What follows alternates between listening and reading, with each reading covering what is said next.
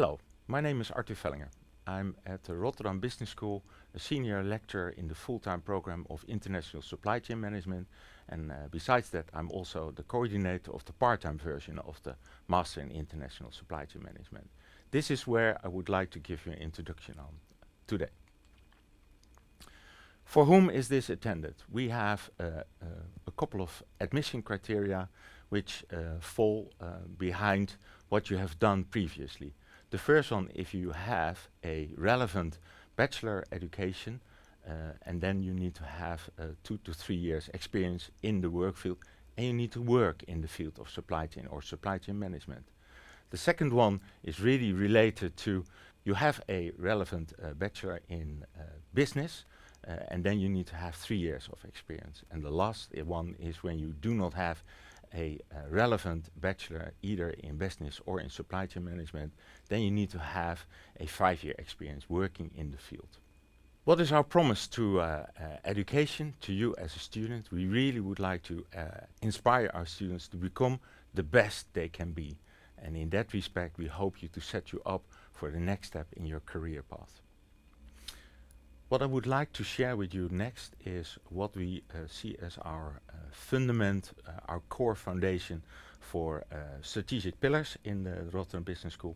That is leading about purpose, leadership, circularity and digital. And these have been formed as a base to address knowledge, skills and attitudes. This is what we deliver in terms of program competencies. They are designed to move and prepare ourselves for the 21st century supply chain management.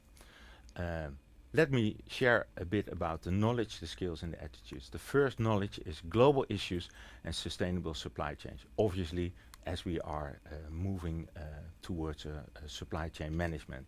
Supply chain technology and innovation is a second area. Supply chain strategy and value creation, everything in business turns around value creation. Therefore, this is a very important knowledge area.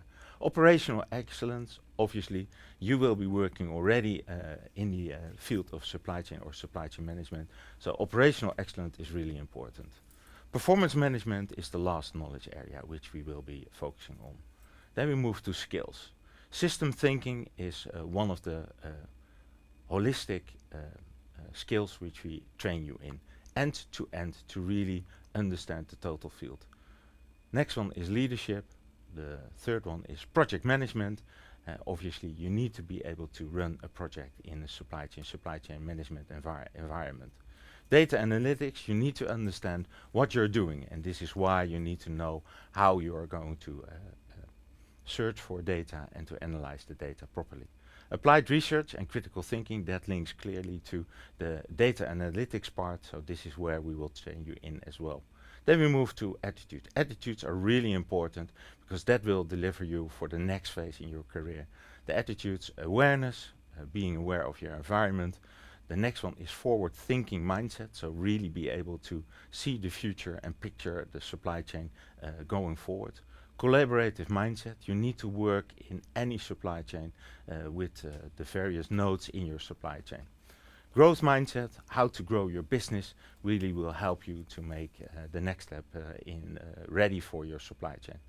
And the last one is make it happen, the mindset which in Rotterdam we are very proud of.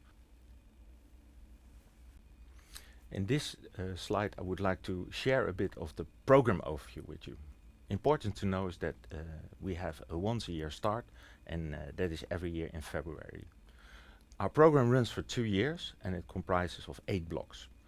The first year, block 1, this is where we'll start, is about critical analysis of current supply chain advancement. The second block is about integrating business planning and control. The third one is about technology and innovation in supply chain management. The fourth is leading and managing the supply chain. Block 5 and 6 are combined, and there are 2 elements which are really important. One is a more content-driven operations and maritime management, and parallel to that there is a research methodology 1 and 2 and working on a proposal. Block 7 and 8 is really about focusing on the graduation portfolio. This will be your final piece which you will have to deliver to graduate. During those 2 years, block 1 to 8, there is a element which really works about you. This is about the performance coaching and management training. This is where you will be focusing on your skills and you will be focusing on your attitudes. I would like to give a bit of insight what the differences are in terms of the full-time versus the part-time. The part-time program is a 2-year, 1 day a week program. Every Thursday we have a full day of class. The full-time is a 1-year program and that on average is 4 days a week full-time. There is for the part-time 1 start opportunity in February, like I explained. In full-time you have 2 start opportunities, 1 in September and 1 in February. Both are leading to 60 ECTs and deliver a master degree. So you get the same degree, however, the routes which you follow to get there are different and the in-class experience is completely different. Admission criteria, full-time is a relevant bachelor and through a pre-master track. If you don't have the relevant bachelor, depending on where you come from and what you need to be able to immediately perform in class at the level that everybody has. The part-time has a couple of admission criteria which I alluded already earlier on. You need to have a bachelor degree in logistics based on subjects, plus 2-year experience in the work in the professional field of logistics or supply chain management. The other one is you could have a bachelor degree in business related, then you need to have 3 years of experience. And the last one is really if you don't have a relevant bachelor degree, you need to have 5 years working experience in the field of supply chain or supply chain management, and you need to work in that field. Besides the specific criteria for part-time or full-time, we always ask you to perform a English language test.